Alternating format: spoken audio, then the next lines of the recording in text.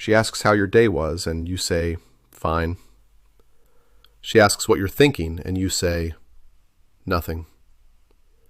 She asks if something's wrong, and you say, no. And you're not lying. You genuinely can't find the words. There's a name for that, and it isn't stoic, and it isn't the strong silent type. I'm Frank, and today we're doing the psychology of the Gen X man who doesn't show emotions. Because what you were told was a personality trait is actually a measurable, named, well-documented pattern. And the ages you're sitting at right now are the exact ages where it starts sending the bill. Let's start with what it looks like from the outside, because you probably recognize this guy. Maybe you are this guy. Maybe you married him. Maybe he's your dad, your brother, the friend who hasn't returned a real phone call since 2004. He comes home from work. He greets everyone. He eats dinner. He answers questions with the shortest possible answer that still qualifies as an answer. Then he moves to the recliner or the couch, the TV goes on, and within 40 minutes, he's asleep with his mouth open and a half-drunk beer on the side table. Every night. Same script. If you try to have a real conversation with him, a conversation about the two of you, about how he's doing, about something that actually matters, one of three things happens. He goes quiet, he gets irritable, or he changes the subject to something concrete he can fix. The car, the yard, the router, the taxes, anything with a wrench in it. Nothing with a feeling in it. His wife brings up that she feels lonely. He hears an accusation. He doesn't hear a bid for closeness. He hears, "You're failing." He defends. She cries. He shuts down. He goes to the garage. Later, he'll say he didn't know what she wanted from him. And here's the part that lands. He's not lying about that either. He actually didn't know. There's a clinical name for this. A psychologist named Rummell Levant coined it in the 90s, and researchers have been measuring it ever since. It's called Normative Male Alexithymia. Alexithymia, plain English, means difficulty identifying your own emotions and putting them into words. Normative, meaning this is the version that got installed in a huge chunk of men through totally ordinary socialization. Not a disorder. Not a personality flaw. A learned skill deficit. Like never learning to swim because nobody took you to the pool. Levant and his team built an actual test for it, a scale called the Normative Male Alexithymia Scale. The items are the tell. Things like, I have difficulty expressing my innermost feelings. I do not see much value in talking about my feelings. When I feel something strongly, I do not know what to call it. A man reads those, and either he goes, "That's ridiculous. Why would you talk about that stuff?" which is the diagnosis answering itself, or he goes very, very quiet, because he's just been described. Now here's where it gets interesting, and where the research gets sharp. In 2012, Karakis and Levant ran a study on men in relationships. They measured normative male alexithymia against three things: relationship satisfaction, communication quality, and fear of intimacy. The higher a man scored on the scale, the less satisfied he was in his relationship, the worse his communication, and the more afraid he was of being close to another person. Not less interested, afraid, actively avoiding. Read that back slowly. The men who can't identify their emotions aren't happier for it. They're not floating above the mess.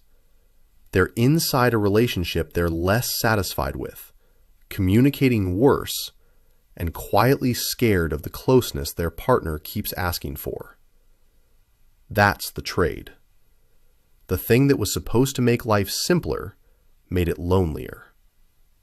So we're looking at a pattern sitting on top of a whole population of men, and the men in the middle of it are the ones raised in the 70s and 80s. Which brings us to the question, why then and why them? Think about what a boy learned in that window. Not from a lecture, from 1,000 tiny corrections. He fell off his bike and someone said, "You're fine, walk it off." He cried at a movie and got called a name for it. He was sad and his dad said, "What's the matter with you?" A teacher told him to toughen up. A coach told him to shake it off. A friend's older brother called him something you can't say on YouTube for showing any softness at all. The word sensitive got used like a diagnosis. Being emotional was treated as a defect boys were supposed to grow out of. Being logical, being tough, being unbothered, those were the goals. None of that was a plan. Nobody sat in a room and decided to raise a bunch of men who couldn't name their feelings. It was just the water. And there's peer-reviewed work on this. A 2016 study looked directly at expressive suppression and gender and found suppression is tied closely to masculine gender role norms. Not a personal choice, a norm. Something a lot of men do without noticing to stay inside the lines of what a man is supposed to be. You don't decide to hide the feeling. You've already hidden it before you knew it was there. Now picture that boy at 8, at 10, at 12. Every time he had a big feeling, he got a small correction. Enough corrections and the wiring changes. The feeling still arrives. His heart still races. His stomach still drops. His eyes still sting. But the label never gets attached. The vocabulary never gets built. The muscle for translating a sensation into a word for a sensation never develops. And by the time he's 25, 35, 50, that muscle is atrophied. Not gone, atrophied. Which means it can be worked back, but that's a later section. Fast forward. That boy is a man now. He's in a marriage or a partnership. His partner, who was probably socialized in the opposite direction, encouraged to name feelings, taught to talk them through, told her emotions were normal, comes to him and wants a conversation about the inside of the relationship. She's not attacking, she's inviting. But he doesn't have the equipment to accept that invitation. He has no words for what he's feeling because he can't tell what he's feeling. So he does the only thing his nervous system knows how to do. He goes quiet, or he pivots to a task, or he leaves the room. She experiences that as rejection. She isn't wrong to. From her side, he shut a door. From his side, there was never a door. There was a wall he'd been standing behind since he was 9, and he doesn't have the tools to knock it down on demand in real time at 8:30 on a Tuesday night while the dishwasher's running. This is where the couch nap comes in. The couch nap is nervous system regulation for a guy who has no other regulation strategy. He doesn't meditate. He doesn't journal. He doesn't call his brother. He doesn't cry. He watches TV until his body forces a shutdown, and the shutdown is the closest thing to peace he gets in a 24-hour cycle. If you took the couch away tomorrow, something worse would fill the slot. Usually a drink, sometimes more than a drink. Before I keep going, I've been working on something on the side, a book called Psychology of Gen X. It gets into a lot of this, the stuff that got wired into you young and what it's doing to you now, the patterns you can't quite explain about yourself. Links in the description if you want to look. And to everyone watching and sharing this stuff, genuinely, thank you. If you want to go a step further, there's a Patreon too. Subscribers get early access to videos with no ads, and you help keep the channel running. That link's right there as well. QR code's on screen. Okay, now here's the contrarian data point I want you to sit with, because this is the part nobody wants to say out loud. The CDC tracked a rise in suicide among American adults aged 35 to 64 between 1999 and 2010. The age-adjusted rate for that band went up roughly 28% over the decade. The steepest jumps landed on men in their early and late 50s. Those two brackets saw the sharpest rise of any adult group in the country during that stretch. Do the math on who was walking into those age brackets during that decade. Older Gen X men, and the boomers right in front of them. The men raised in the socialization window we just described. And it kept going. NIM data pulled from the CDC's 2023 numbers shows white, non-Hispanic men still die by suicide at a rate of around 28 per 100,000. Second only to American Indian and Alaska Native men. Way above the rate for white women, way above most other groups. You're not supposed to talk about that at a barbecue. I get it. But if we're doing the psychology honestly, we can't skip it. The he doesn't show emotions thing is more than a quirky trait that makes him hard to shop for at Christmas. It sits at the back to death front end of a downstream cost that shows up in mortality tables. Researchers looking at Gen X specifically have flagged a midlife health story in this cohort. Deaths from suicide, from overdose, from alcohol, hitting this generation hard as it moved through its 40s and 50s. You don't have to be suicidal to be affected by this. Most men aren't. The point is that the same shutdown that empties out a marriage is the same shutdown that keeps a man from calling a doctor, from calling a friend, from calling a hotline, from telling anyone he's not okay until it's very, very late. A 2025 systematic review looked at this directly, traditional masculinity norms and the willingness to seek mental health support, and found emotional suppression is one of the biggest barriers to men getting help. Not cost, not access, embarrassment. The fear of being seen as weak. The learned reflex that says a real man handles it alone. Same reflex from the schoolyard, still running the show at 52. Now let's zoom back in from the mortality table to the kitchen, because I don't want to leave you sitting in the heavy part. Here is what this actually looks like in a marriage that's still functioning, but running on fumes. She asks him about his day. He says, fine. She asks a follow-up. He gives her 3 more words. She stops asking. A month goes by. 2 months. She stops trying to have real conversations because the reward isn't there. He notices she's quieter and reads that as, everything's fine now. Whatever it was blew over. It didn't blow over. She left the room, emotionally, and he didn't feel her leave because he wasn't tracking the emotional room in the first place. He'll say later, when she brings up divorce, that he had no idea anything was wrong. And he's telling the truth. He didn't. The instrument he needed to detect the problem, the ability to read his own feelings, and by extension hers, was never built. It's a missing sense, like trying to describe a color to someone who's never seen it. And here's the part I want to be gentle about, because I know some of you are watching this and recognizing yourselves. This was done to you. Not to excuse anything. You're an adult. You're responsible for the repair. But to be accurate about the cause. You didn't decide at 7 years old to become an emotionally unavailable man. You got shaped by a set of forces so widespread that researchers had to invent a name for the outcome. Normative, meaning normal, meaning the norm did this, not you. Now the good news, and there is some, because I promised you a release valve. Alexithymia, the normative kind, the socialized kind, is a skill deficit. Skill deficits respond to practice. This is vocabulary work. It's noticing work.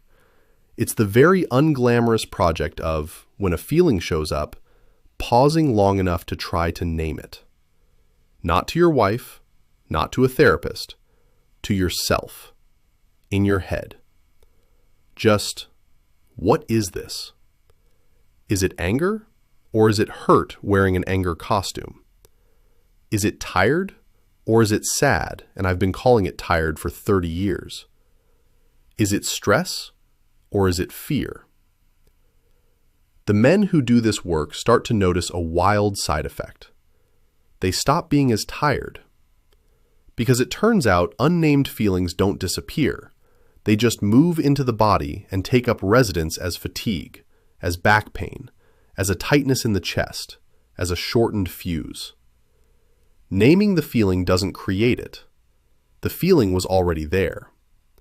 Naming it just lets it move through instead of setting up camp. The man who can say, "I felt small when you said that at dinner," instead of walking to the garage, that man is more skilled, not weaker. He's doing something harder than staying quiet. Staying quiet is the easy move. It's the default. It's the thing your nervous system already knows how to do. Speaking the actual thing is the reach. And here's the honest closer, the one I want you to actually take with you. If you're a Gen X man who doesn't show emotions, you are not a lost cause. You are somebody who never got taught a second language and has been trying to have complicated conversations in a language you don't speak. You can learn it. Late is still possible. The wiring is old, but it's not fused. Your wife, your partner, your kids, your friends, the people who love you are not asking you to become someone else. They're asking you to translate what's already going on inside you. Even badly. Even in fragments. Even with the wrong word. Half the time. The wrong word said out loud beats the right word kept in forever. One more thing before I close it out, because I don't want you leaving here only remembering the mortality stat. That's not the takeaway. The takeaway is smaller than that, and it's more useful.